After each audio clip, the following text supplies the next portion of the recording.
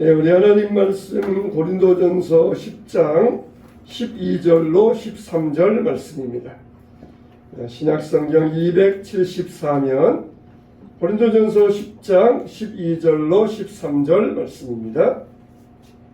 고린도전서 10장 12절로 13절 말씀입니다. 자, 찾으신 줄 알고 한 목소리로 시작. 그런 줄 성줄로 생각하는 자는 넘어질까 조심하라. 사람이 감당할 시험 밖에는 너희가 당한 것이 없나니 오직 하나님은 미쁘사 너희가 감당하지 못할 시험 당함을 허락하지 아니하시고 시험 당할 즈음에 또한 피할 길을 내사 너희로 능히 감당하게 하시느니라. 아멘. 자, 따라서 합시다. 감당할 수 있는 시험. 감당할 수 있는 시험. 우리가 역사는 흘러가고 있습니다. 할렐루야.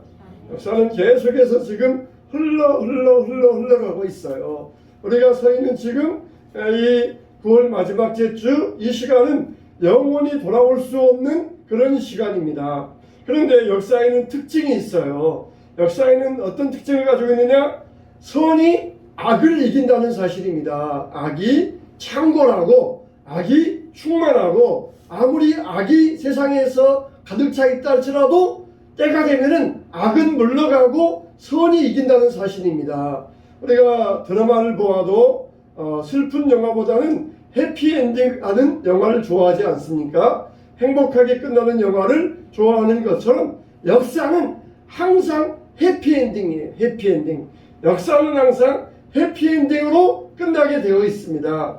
자, 여러분, 우리가 역사를 볼 때에 지금 현재는 토막만 놓고 보면은 비극인 것 같고 슬픈 이야기 같지만은 그러나 전체 역사를 놓고 보면은 모든 역사는 해피엔딩인 거예요.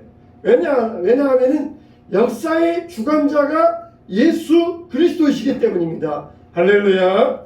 아멘. 할렐루야. 아멘. 여러분의 인생을 이끌고 계시는 분이 바로 예수 그리스도이시기 때문에 그런 것입니다.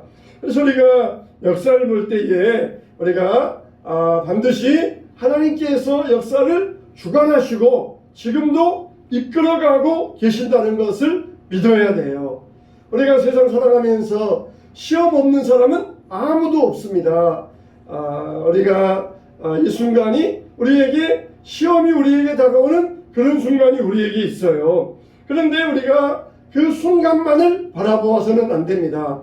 시험에 대해서 신앙인들이 몇 가지 오해를 하고 있어요. 첫째는 뭐냐? 사람들은 내가 신앙을 가지고 있으니까 시험이 없을 것이다. 이런 오해를 가지고 있습니다. 우리가 기도하는 것도 보면은 다 축복만 있고 시험은 없게 해주시옵소서. 그래서 내 삶이 무풍지대가 되고 만사형통이 되고 완충지대가 되고 그러니 오해를 가지고 있어요. 그러나 그런 인생은 없습니다. 시험이 없는 인생은 그런 존재 자체가 될 수가 없어요. 예수님도 시험을 당하셨습니다. 그러니까 우리가 오늘 말씀에도 보니까 따라서 합시다. 선줄로 생각하는 자는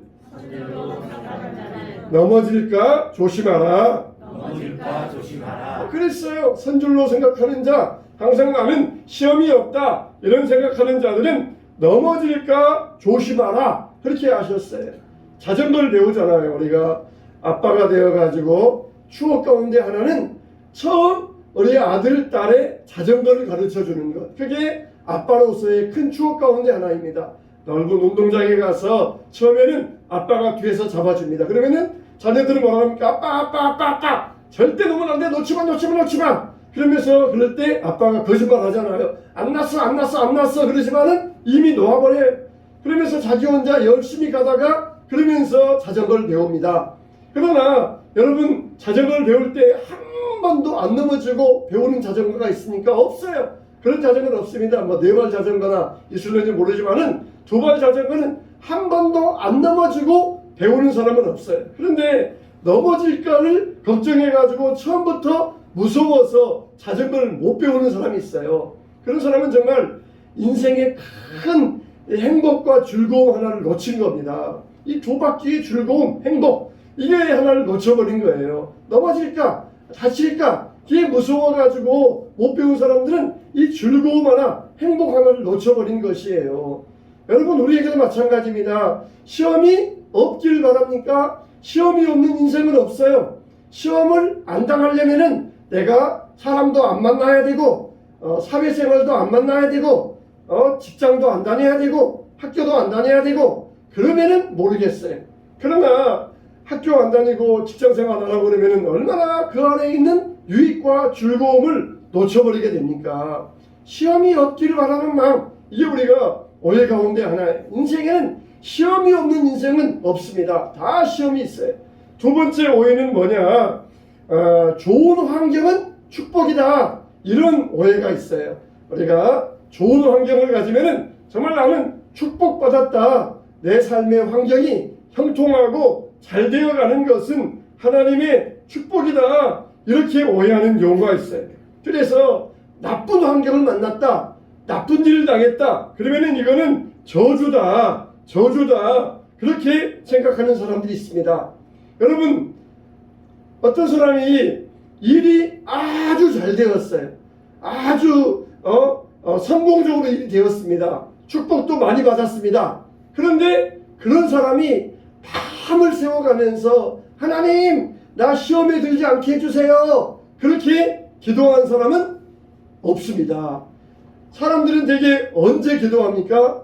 어려울 때, 힘들 때, 슬플 때, 병들었을 때, 그럴 때 기도해요. 건강할 때, 축복받았을 때, 일 잘 될 때, 그렇게 기도하는 사람은 별로 없어요. 우리나라가 왜 점점 기도의 소리가 줄어져 가고 있습니까? 옛날처럼 먹지 못하고 굶고 힘들 때에는 사력을 다해서 기도하고 이 마룻바닥에서도 마룻바닥이 젖을 정도로 기도했지만 이제는 잘 살게 되니까 편안하게 되니까 점점 기도의 소리가 줄어가고 있어요. 이게 무서운 시험입니다. 이게 시험이에요. 이게.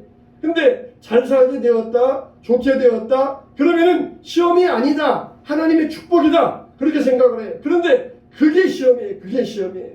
좋은 환경 가운데 있다는 게 하나님의 축복인 게 아니라 그게 바로 시험입니다. 나쁜 환경이 시험이 아니라 그게 축복인 경우가 있는 것입니다. 우리는 이런 편견을 버려야 돼요. 어려운 일 당하고 병들고 실패하고 그랬으니까 저 사람은 뭔가 죄가 있어서 시험에 빠진 것이다. 나는 이렇게 건강하고 행복하니까 나는 축복받았다. 그렇게 생각하는 것은 오해라는 것이에요. 오히려 우리나라가 어느 때보다 지금 우리는 큰 시험 앞에 다가와 있습니다. 그런데 우리는 이걸 모르고 있어요. 왜냐하면 육신이 평안하니까, 삶이 평안하니까 큰 시험을 모르고 있는 것입니다. 우리가 이럴 때 깨어 기도할 수 있어야 돼요. 할렐루야. 아멘. 할렐루야. 아멘. 우리가 기도하지 않으면 하나님께서 반드시 기도할 수밖에 없는 시험을 우리에게 가져다 주실 것이에요. 그러기 전에 우리가 미리 깨어서 기도하면 예방 조처를 할 수가 있는 것입니다. 세 번째 오해는 뭐냐? 악한 사람에게만 시험이 있고 선한 사람에게는 시험이 없을 것이다. 이런 오해가 있어요. 우리가 여러분 욥기를 읽어보세요. 욥기의 전 주제가 뭡니까? 왜 선한 사람이 시험과 고난을 당해야 됩니까? 이게 욥기의 주제예요. 우리가 신앙생활하는 우리 인생의 주제도 마찬가지입니다. 왜 선한 사람이, 믿음 좋은 사람이 시험과 역경을 당해야 됩니까? 이게 우리가 항상 우리의 인생의 숙제예요. 저도 마찬가지예요. 저도 지금도 역시 그런 질문을 던지고 아직도 해답을 찾아가고 있어요. 우리 인생의 주제, 왜 선한 사람이 역경을 당해야 됩니까?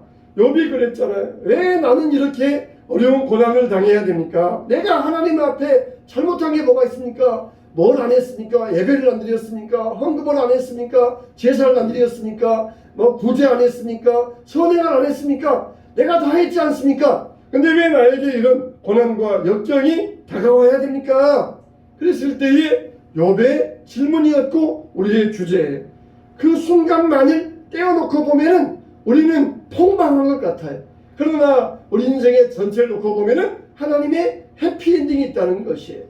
사랑하는 성도 여러분, 우리는 이런 오해를 해서는 안 됩니다. 그래서 모든 것이 잘 되었다, 그래서 축복도 아니고 나에게 시험이 있다, 그래서 저주도 아니라는 것이에요.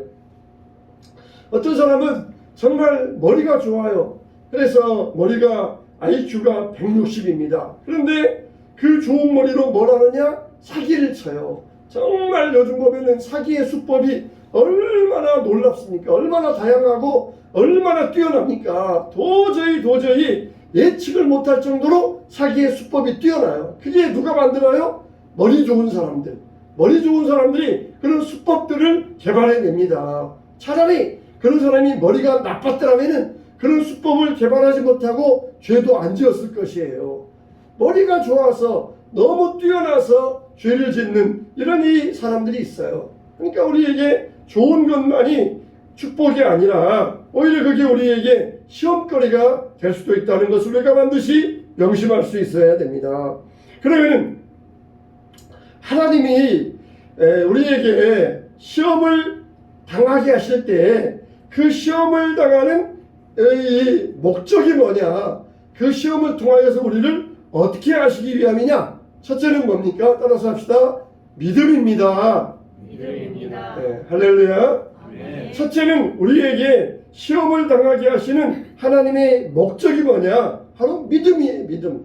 야고보서 1장 2절에 보니까 이렇게 말씀하고 있어요. 너희가 여러 가지 시험을 만나거든 온전히 기쁘게 여기라. 이는 너희 믿음의 시련이 인내를 만들어내는 줄 너희가 알미라. 인내를 온전히 이루라. 이는 너희로 온전하고 구비하여 조금도 부족함이 없게 하려 함이라.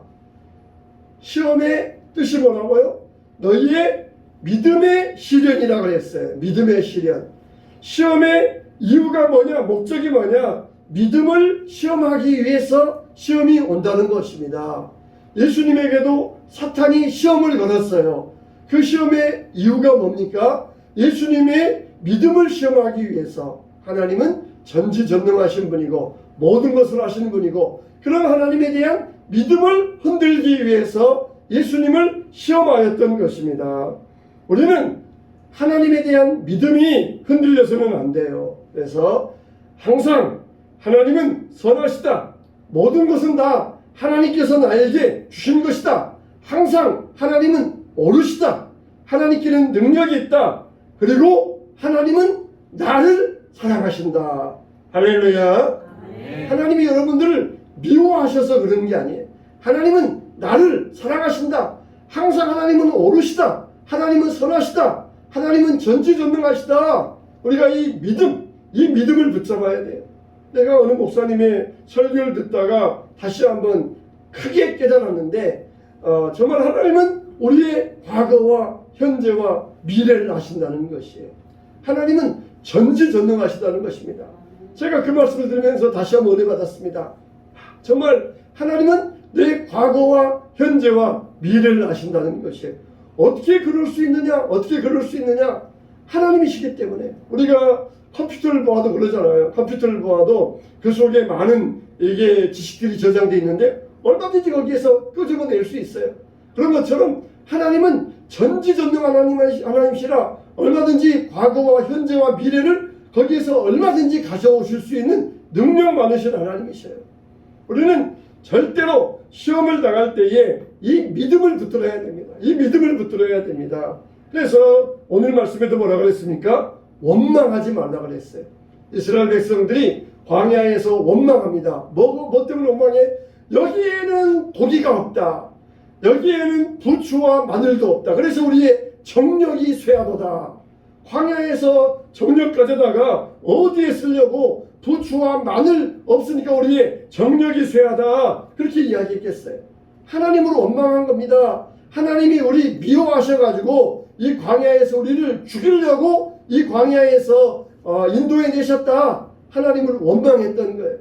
하나님은 신실하시다. 우리가 지금 여기에서 조금 못 먹고 조금 핍절하고 조금 뭔가 부족해도 하나님은 반드시 나에게 더 좋은 것을 주시는 능력 많으신 하나님이시다. 할렐루야. 아멘. 이렇게 감사했어야 돼. 근데 조금 힘드니까 조금 어려우니까 하나님 원망하면서 왜 하나님은 고기도 안 주고 부추도 없고 마늘도 없고 우리의 청력을 쇠하게 하느냐, 우리를 미워하시는 거다, 그러면서 금방 하나님을 원망하고 말았던 것이, 감사치 못했던 것입니다.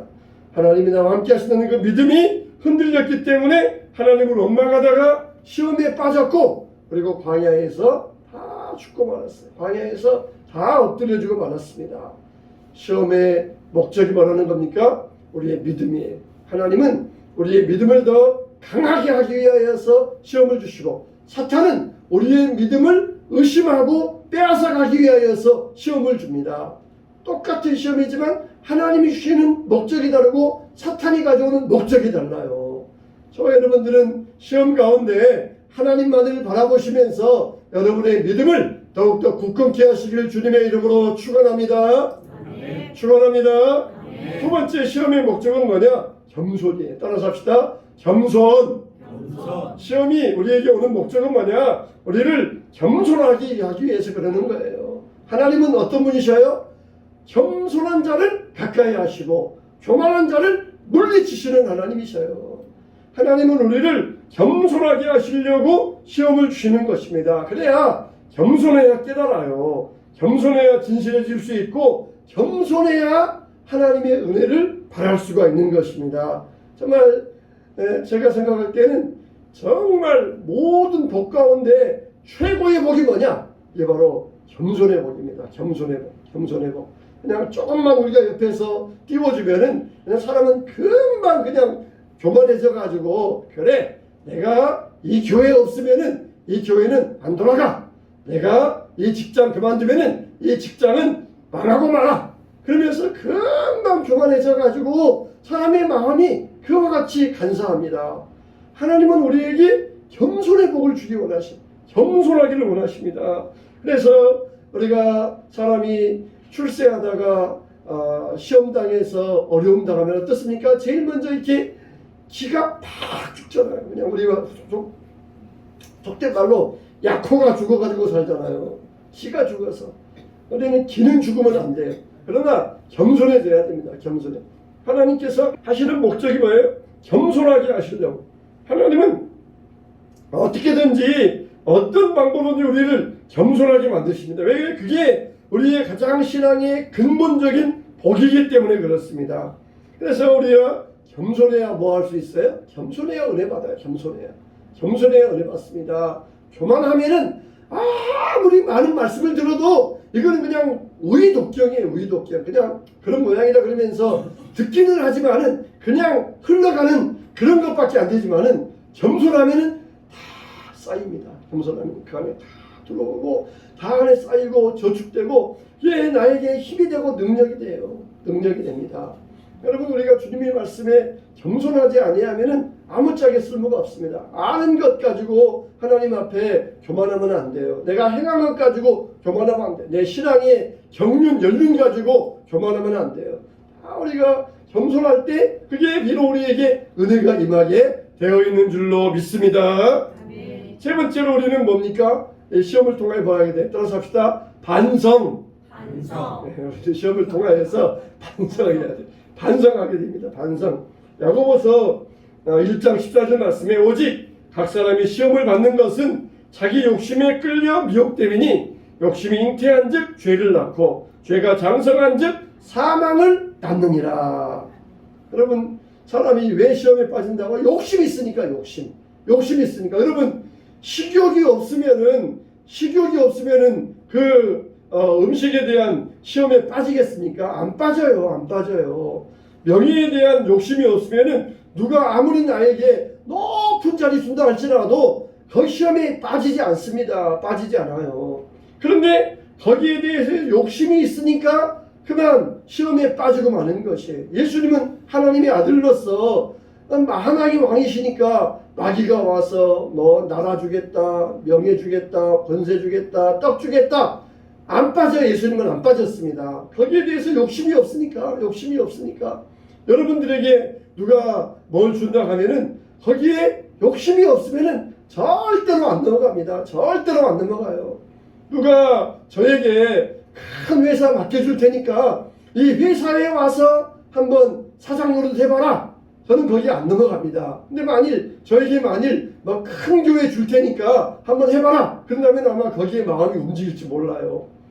거기에 그에 대한 사람의 마음이 있으니까 우리는 욕심을 가지고 있으면은 거기에 시험에 들고 마는 것입니다. 하나님은 이 시험을 통하여서 우리가 그동안 끊지 못하였던 것을 끊어버리게 만들어요. 끊어버리게. 여기 욕심이 있었지. 시험을 당해봐라. 그러면서 내가 거기에 대해서 욕심을 가지고 있었던 것, 그동안 내가 아무리 끊어보려고 해도 끊지 못했던 것들을 끊어지게 만드는 것입니다. 끊어버리게 만들어요. 시험을 통하여서 완전히 잘라버리게 만듭니다. 그래서 하나님은 나를 가장 잘 아시고 내 허물을 아시고 내 부족함을 아시고 그리고 내가 어디까지 감당할 수 있는가 내 감당할 능력을 아시는 하나님이세요. 여러분 선생님들이 학생들에게 시험을 내주잖아요. 근데 만일 시험을 내줬는데 전체가 100점을 맞았어요. 혹은 전체가 빵점 맞았어요. 그러면은 그 시험 잘못 낸 겁니다. 잘못 낸 거예요. 선생님이 학생들에게 시험 내줬을 때 한 10% 정도는 100점, 그리고 몇 퍼센트 정도는 90점, 80점, 70점, 그리고 빵점도 있고 이렇게 골고루 되어야 그게 시험을 잘 낸 거예요. 그 학생들의 수준에 따라서 점수가 나올 수 있도록 그런 시험을 내어야 그게 시험을 잘 낸 거예요. 이게 뭐냐면 변별력이라고 하잖아요. 변별력. 그래서 그냥 시험을 냈는데 다 그냥 100점 맞고 다 빵점 맞았다. 공부했으나 안 했으나 다 100점 맞고 다 빵점 맞았다. 열심히 공부했는데도 빵점 맞았다. 공부 안 했는데도 빵점 맞았다. 그러면 시험에 이게 변별력이 없잖아요.